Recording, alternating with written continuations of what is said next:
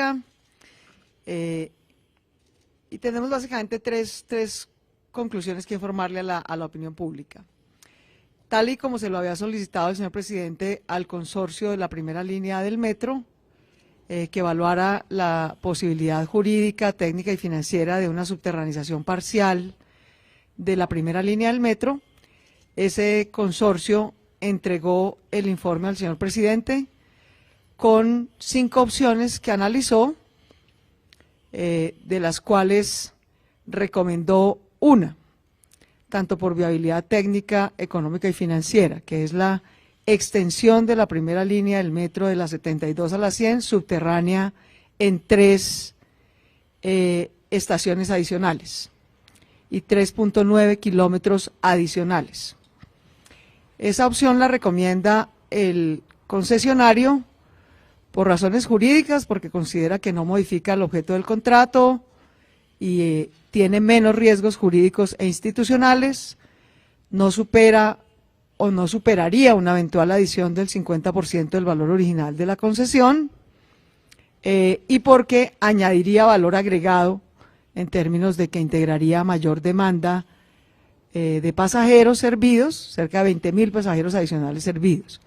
Esa fue la recomendación. Las otras 4 opciones, 3 de ellas las descartó por razones jurídicas y por mayor valor, y una la considera por viable porque cabe dentro del 50% eventual, pero no viable jurídicamente, que consistiría en subterranizar de la primera a la 72 por la Caracas.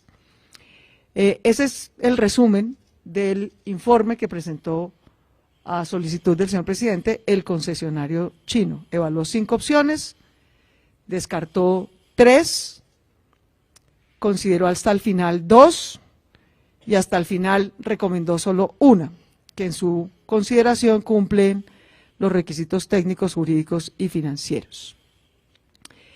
El señor presidente escuchó con atención las 5 opciones y hizo una contrapropuesta y nos ha pedido que continuemos 2 mesas de trabajo, que vamos a continuar, para evaluar 2 cosas que nos ha solicitado el señor presidente. Uno, el señor presidente solicitó 2 conceptos jurídicos, según los cuales sí se podría modificar el objeto del contrato. El análisis que hace el concesionario chino es que no se podría, o que sería muy riesgoso, modificar el objeto del contrato. Como hay 2 versiones jurídicas contrapuestas, y nosotros, ni el concesionario ni la alcaldía, conoce los conceptos jurídicos que hizo Presidencia de la República, hemos acordado entonces continuar la conversación teniendo 2 mesas de trabajo. Una jurídica, para evaluar el análisis jurídico que hizo el concesionario y que ya se presentó hoy al señor presidente, con los 2 conceptos adicionales y que no conocemos hasta ahora, pero que vamos a analizar con mucho detalle. Esa mesa jurídica la van a dirigir el señor secretario jurídico de la Presidencia, el doctor Vladimir Fernández, y el secretario jurídico de la alcaldía, William Mendieta. Esa es una mesa que vamos a desarrollar entonces. Y la otra mesa es que la opción que preferiría el señor presidente contemplar, jurídica, técnica y financieramente, no es la que propone el consorcio, la de adicionar 3.9 kilómetros con 3 estaciones subterráneas de la 72 a la 100. La opción que el señor presidente preferiría es una subterranización desde la estación 8 de la primera línea del metro, en la carrera 50 con 1 de Mayo, hasta la calle 72. Esa es la opción que él preferiría considerar. Entonces, vamos a hacer 2 mesas, como lo decía, una jurídica y otra técnica y financiera, porque el análisis inicial que hizo el concesionario y que le presentó hoy al señor presidente es que esa opción, que era la opción 4 de las que presentó el consorcio hoy, no es ni jurídica ni económicamente viable porque supera el eventual valor de hasta el 50% de adición de la concesión adicional, de la concesión actual, perdón.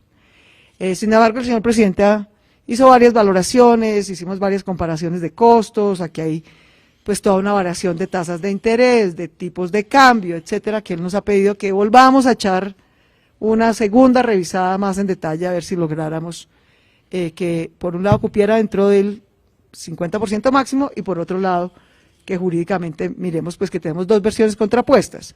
La del concesionario que dice que no es jurídicamente viable cambiar el objeto, que cambiaríamos las reglas de selección de la licitación y que eso genera muchos riesgos jurídicos, y la de los dos conceptos del presidente que dicen lo contrario.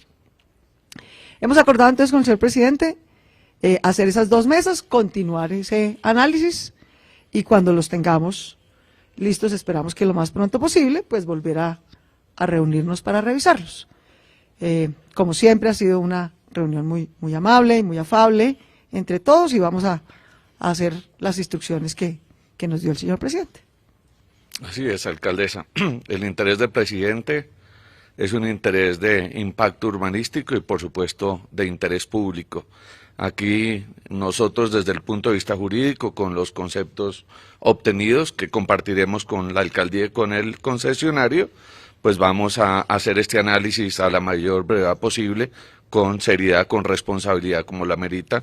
Y alcaldesa, estamos listos para empezar a trabajar a partir de mañana en compartir estos documentos y en cumplir el propósito del presidente, que no es otro que el que ha expresado la alcaldesa.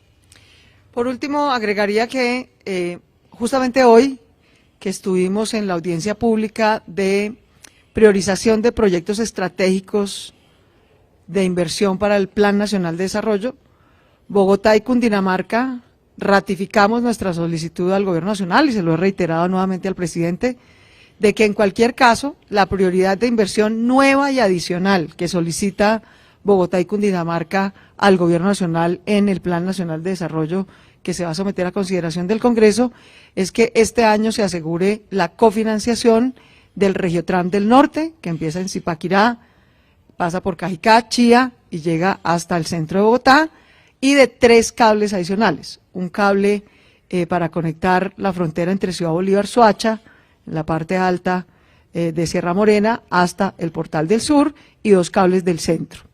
Entonces, yo le he insistido al señor presidente que no es la propuesta ni el interés de Bogotá y Cundinamarca que nos reemplacen una inversión por otra, la de la eventual subterranización de la primera línea del metro a cambio de no contemplar Regiotram o los 3 cables. Si llegamos a un acuerdo, debe ser un acuerdo sobre las 3 cosas, porque las prioridades que siguen en Bogotá región son los 3 cables y el Regiotram, y vamos a continuar las 2 mesas que hemos acordado. Así que, pues vamos a hacer la tarea, manos a la obra, el concesionario, la alcaldía, metro y presidencia, y cuando tengamos pues las tareas que nos puso el presidente, volveremos a reunirnos.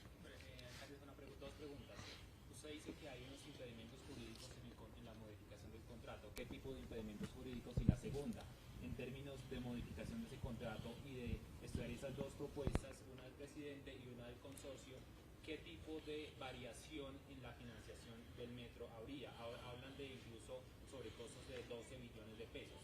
¿Cómo sería esa variación en la financiación? Entonces, a ver, el presidente le preguntó al consorcio que analizara la viabilidad. Lo que el consorcio le dice es que considera que los riesgos de modificar el objeto y las reglas de selección de la licitación es un riesgo jurídico muy alto y que por eso no considera viable esa alternativa. Esa fue la respuesta del consorcio al señor presidente. El señor presidente tiene 2 conceptos distintos. Nosotros no los conocemos, tampoco el consorcio. Entonces lo que hemos acordado es tener una mesa jurídica para conocerlos y analizarlos en detalle. Respecto de la financiación adicional, yo he reiterado la posición de Bogotá. Bogotá no tiene cómo poner plata adicional para ese proyecto porque la plata que tiene contemplada en su presupuesto es justamente para el Regiotram del Norte y los 3 cables.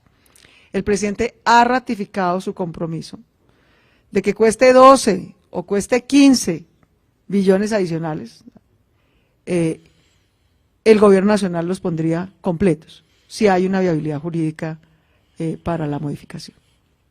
Señor ministro, si se contempla esa segunda opción, ¿el gobierno está dispuesto a poner esos recursos adicionales? Bueno, ya lo dijo la alcaldesa, lo más importante acá es que nos vamos a sentar a revisar el componente jurídico y el componente económico, y una vez tengamos las definiciones las vamos a anunciar, pero como lo dijo la alcaldesa, el presidente ha manifestado la disposición del gobierno de hacerlo y la viabilidad jurídica a partir de los estudios que tenemos de seguir adelante en esta propuesta. Alcaldesa, ¿cuánto tiempo podría darse esa decisión? Los bogotanos están preocupados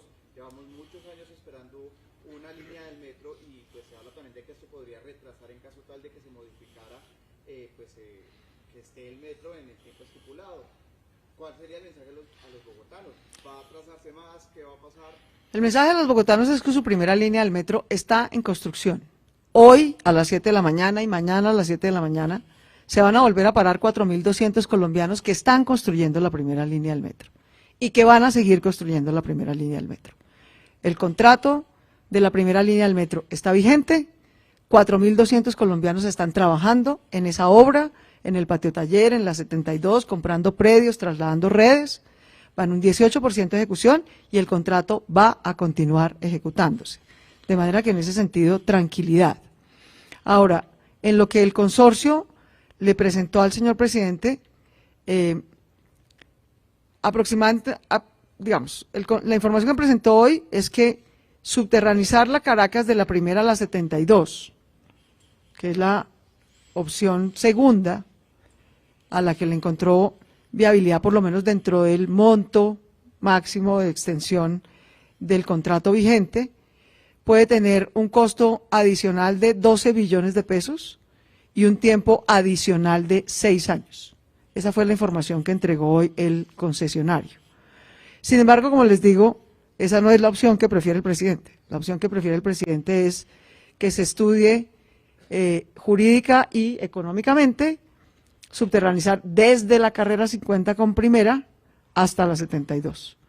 Entonces, pues vamos a hacer ese análisis jurídico y económico y lo vamos a volver a presentar. Alcaldesa, pero usted dice que la línea roja es que el gobierno ponga los recursos extras que se van a invertir allí, pero está la ley Metro de 1994, que dice que el gobierno nacional solo puede poner el 70% de esos proyectos. O sea, ¿la alcaldía va a correr con el 30% restante? No, de ninguna manera. ¿Qué se va a hacer allí? Porque igual El presidente lo que ha dicho es que si es necesario modificar esa ley, tal vez en un artículo del Plan Nacional de Desarrollo, para permitir que el gobierno nacional asuma el 100% del costo adicional de una eventual modificación, él está dispuesto a hacerlo en el Plan Nacional de Desarrollo. ¿no ampliaría los tiempos para construir el metro? No, lo que amplía es que la nación no tenga el tope del 70%, sino que pueda financiar hasta el 100%. O sea, ¿hasta cuándo se podría modificar esa ley? Se podría modificar a través de la Ley Nacional del Plan de Desarrollo, que apenas se va a radicar en el Congreso. Alcaldesa, se tocaron otros temas, quizá como el de la impunidad, de la afirmación que usted, la firmatón que usted propone. No, ya hablamos solo de metro. Vale, muchas gracias. Alcaldesa, hasta luego. Buenas noches.